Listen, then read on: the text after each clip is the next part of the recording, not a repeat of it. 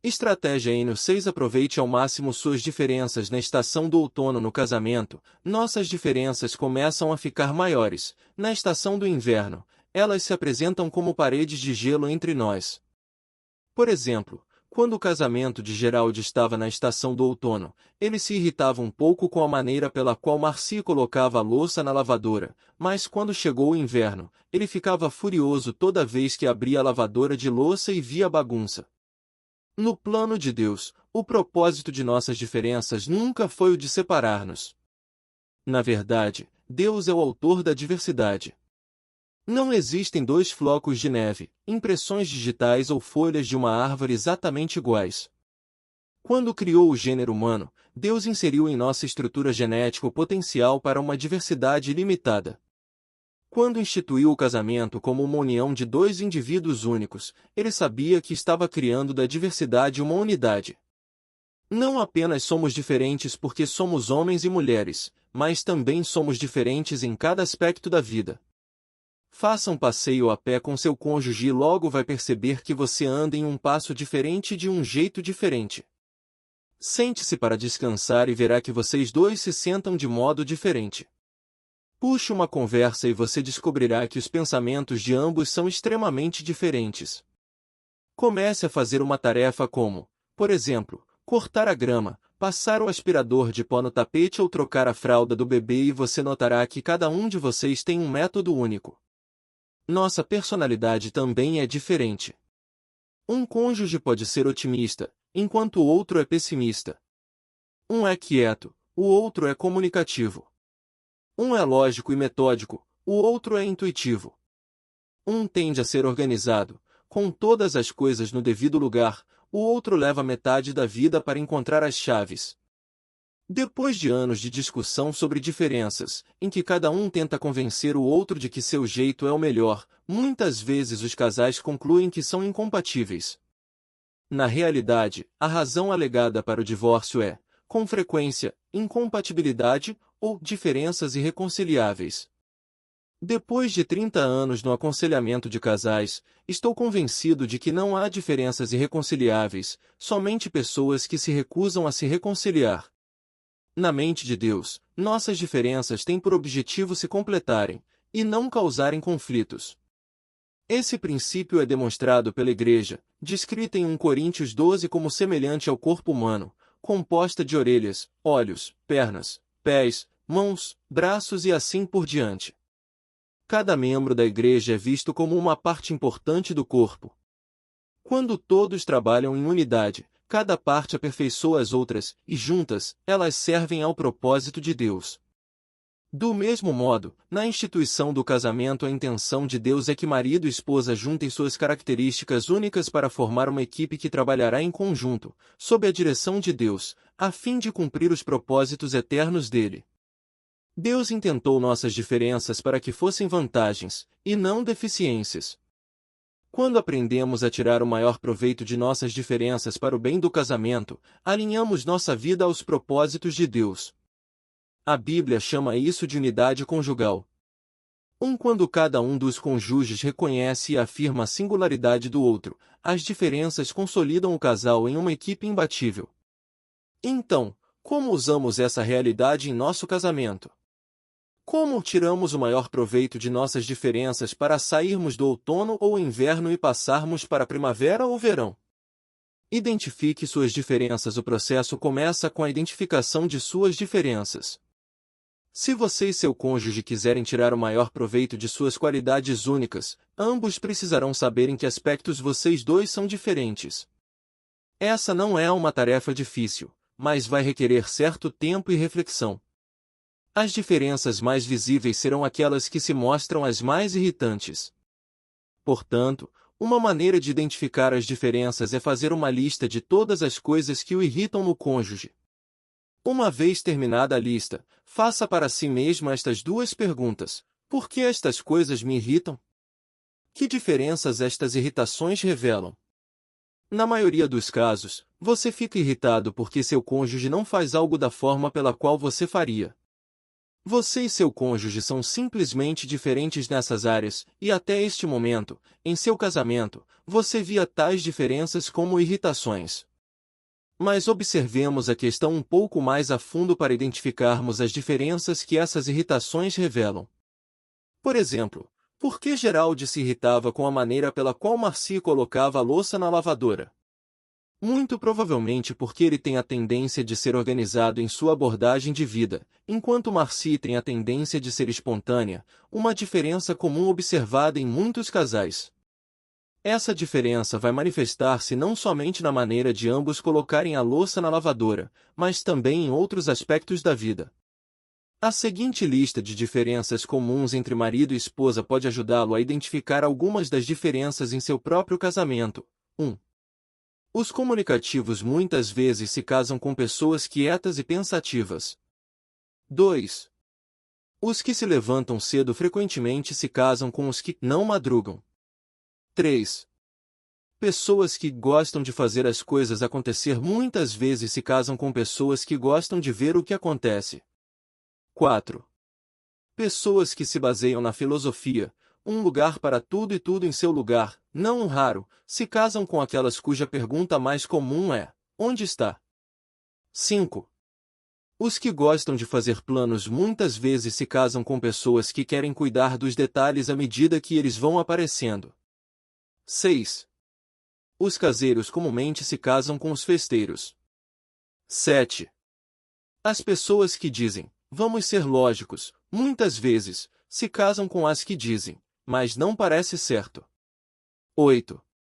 Mãos de vaca muitas vezes se casam com pessoas que gostam de gastar, que dizem: você não poderá levar seu dinheiro com você. 9. Leitores ávidos muitas vezes se casam com viciados em televisão. 10. Corredores muitas vezes se casam com nadadores. 11. Os que pulam os comerciais de televisão não raro se casam com os que assistem aos comerciais. 12. E, de algum modo, fanáticos por música sertaneja se casam com amantes de sinfonias.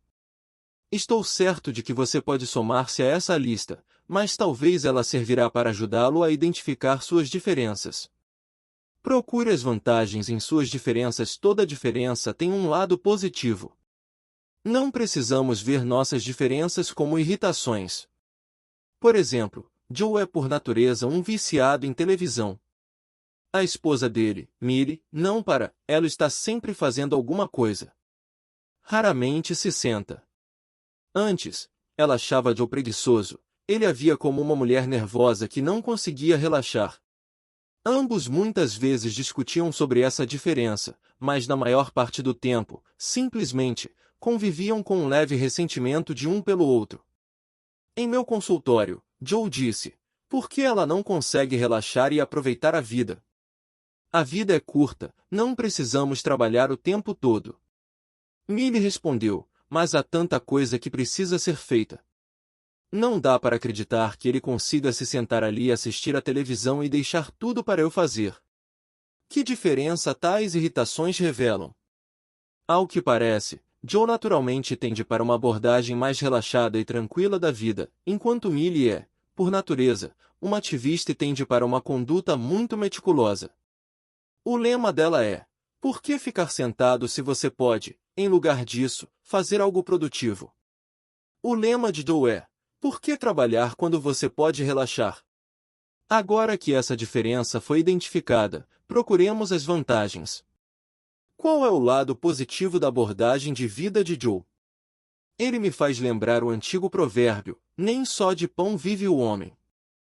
Joe põe em discussão a ideia de que se deve aproveitar a vida, que é preciso haver equilíbrio entre trabalho e descanso. Casualmente, a Bíblia dá um forte apoio a essa atitude. O próprio Deus trabalhou 6 dias e descansou no 7º, e ele nos instrui a fazer o mesmo. As Sagradas Escrituras também dizem que a vida envolve um equilíbrio entre inúmeras atividades. Tudo fez Deus formoso no seu devido tempo.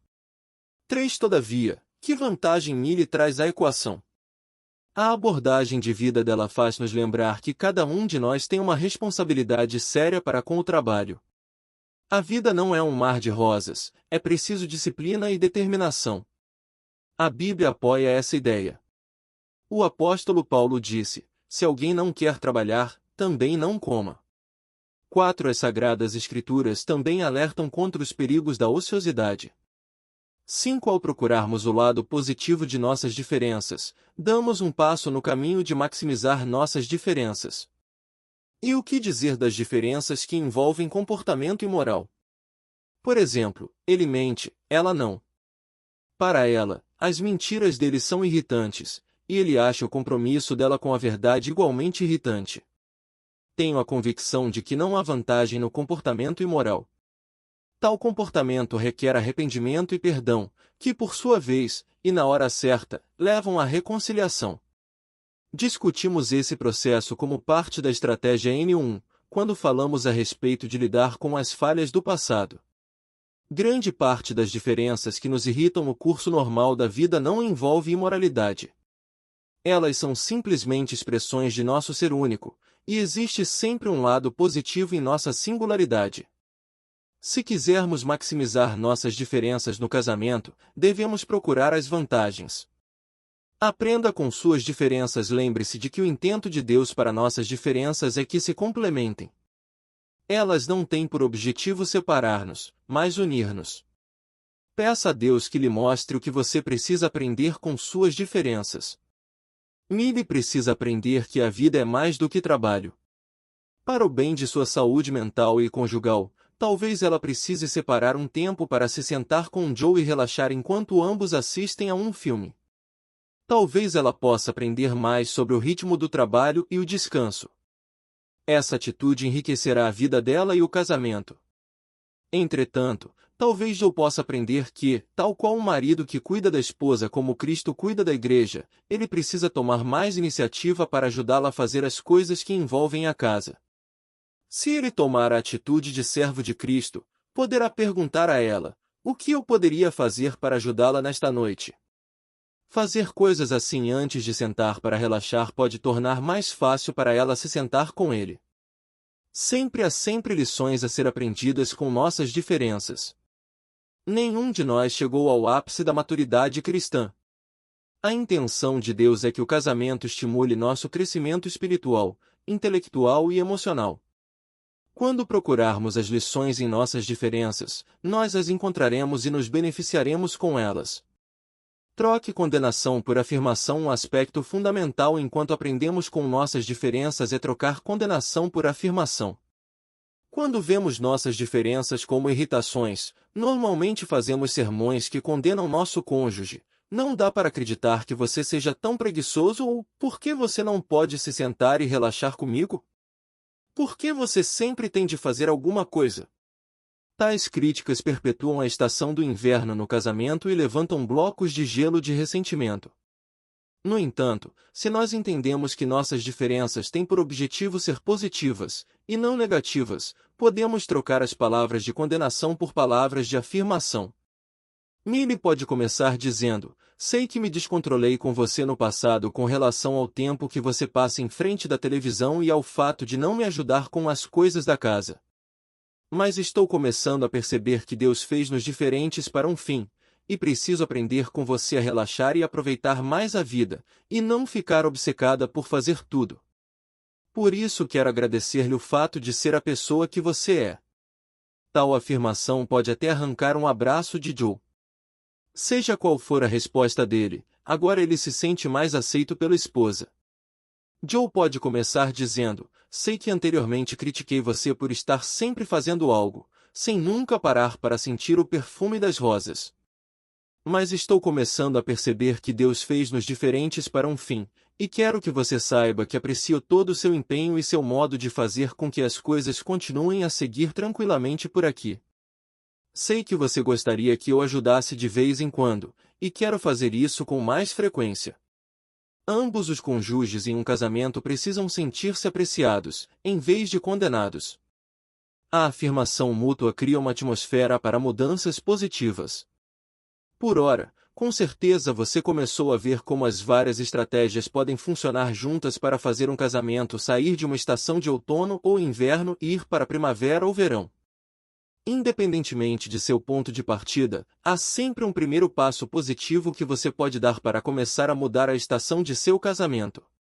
Descubra um plano para maximizar suas diferenças agora que você já definiu um padrão de afirmação e cooperação. Pode começar a explorar um plano para maximizar suas diferenças.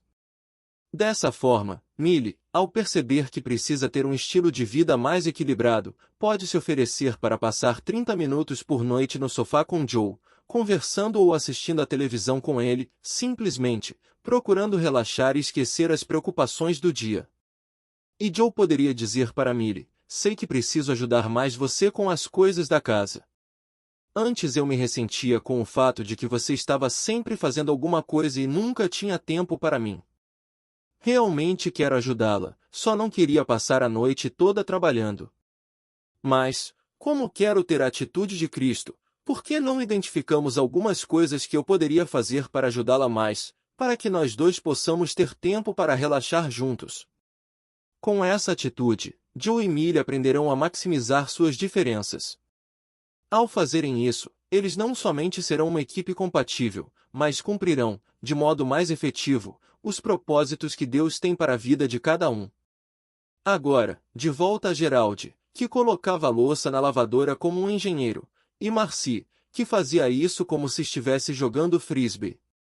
A personalidade de Gerald é forte na organização, enquanto a de Marcy é forte na espontaneidade. Como eles poderiam maximizar suas diferenças? Talvez pudessem concordar que Gerald seria o membro da equipe que colocaria a louça na máquina, pois o método dele tende a render pratos mais limpos e menos copos quebrados. Nas noites em que ele tiver reunião e Marcy precisar utilizar a lavadora de louça, ele a deixa livre para fazer isso do modo dela. Ele sabe que, ao esvaziar a máquina na manhã seguinte, poderá encontrar colheres ainda cheias de pasta de amendoim e talvez 1 ou 2 copos trincados, mas percebe que esses problemas não são o fim do mundo. As colheres sujas podem ficar dentro da xícara que ela esqueceu de colocar na lavadora, e os copos podem ser substituídos. Afinal, ele está casado com uma mulher espontânea que deixa sua vida emocionante. É um pequeno preço que se tem de pagar por tal tesouro. Maximizar nossas habilidades e minimizar nossos pontos fracos faz parte do processo que nos leva à época da primavera no casamento. 5 passos para maximizar suas diferenças. 1. Identifique suas diferenças. 2. Procure vantagens em suas diferenças. 3. Aprenda com suas diferenças. 4. Troque palavras de condenação por palavras de afirmação. 5. Descubra um plano para maximizar suas diferenças. O que acontece se seu cônjuge não estiver disposto a se empenhar com você para maximizar as diferenças? O que acontece se ele estiver preso a uma maneira de fazer as coisas e nem estiver disposto a discutir as diferenças de vocês? Nem tudo está perdido. Você ainda tem o poder da influência.